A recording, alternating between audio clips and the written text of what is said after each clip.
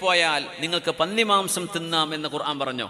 അതുപോലത്തെ ഒരവസ്ഥയിലാണെങ്കിൽ മാത്രമേ നമുക്ക് ആ പോളിസി കൊണ്ട് ഉപകാരം എടുക്കാൻ പറ്റുള്ളൂ. കാരണം അത് നമ്മുടെ പൈസയല്ല, ഒരുപാട് ആളുകളുടെ കാശാണ്. അതും ലോട്ടറിയൊക്കെ ഒരുപോലെയാണ്, അതല്ലെങ്കിൽ അതിൻ്റെ സമാനമാണ്. അത് പിന്നെ ബൈത്തുൽ മാലാണെന്നൊക്കെ പറഞ്ഞിട്ട് ഓരോരുത്തർ വെറുതെ പച്ച നുണ പറഞ്ഞ് വ്യാഖ്യാനിക്കുന്നുണ്ട്. അത് ബൈത്തുൽ മാലല്ല, ബൈത്തുൽ മാൽ വേറെയാണ്.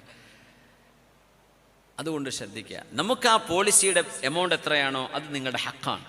അതിലേറെ വരുന്നത് നിങ്ങളെ കൊണ്ട് പേ ചെയ്യാൻ പറ്റും, നിങ്ങൾ പേ ചെയ്തേ പറ്റൂ. നിങ്ങൾ കുടുങ്ങിപ്പോയി, അള്ളാഹുവിൻ്റെ മുമ്പിൽ നിങ്ങൾക്ക് വേറെ വഴിയൊന്നുമില്ല, എന്നാൽ അത് ഉപയോഗിക്കാം എന്നല്ലാതെ ഇത്തരം വിഷയങ്ങളൊക്കെ വളരെ ഗൗരവമാണ്. നമ്മൾ വിചാരിക്കും ഇതൊക്കെ അള്ളാഹുവിൻ്റെ ദീൻ എന്ന് പറയുന്ന നിസ്കാരം നോമ്പ് അതോടെ തീർന്നു അല്ല. ജീവിതം മുഴുക്കയും അള്ളാഹുവിനെ സമർപ്പിക്കുമ്പോഴാണ് മുസ്ലിം ആവുക. അള്ളാഹുക്ക് സമർപ്പിച്ചു എന്നല്ലേ പറയാം. അത് നിങ്ങളുടെ ഫൈനാൻസിലും നിങ്ങളുടെ ഇക്കണോമിയിലും നിങ്ങളുടെ വീട്ടിലും നിങ്ങളുടെ ഹോം അഫയേഴ്സിലും നിങ്ങളുടെ സോഷ്യൽ അഫയേഴ്സിലും ഒക്കെ അള്ളാഹുവിൻ്റെ ഇടപെടലുണ്ട്. അത്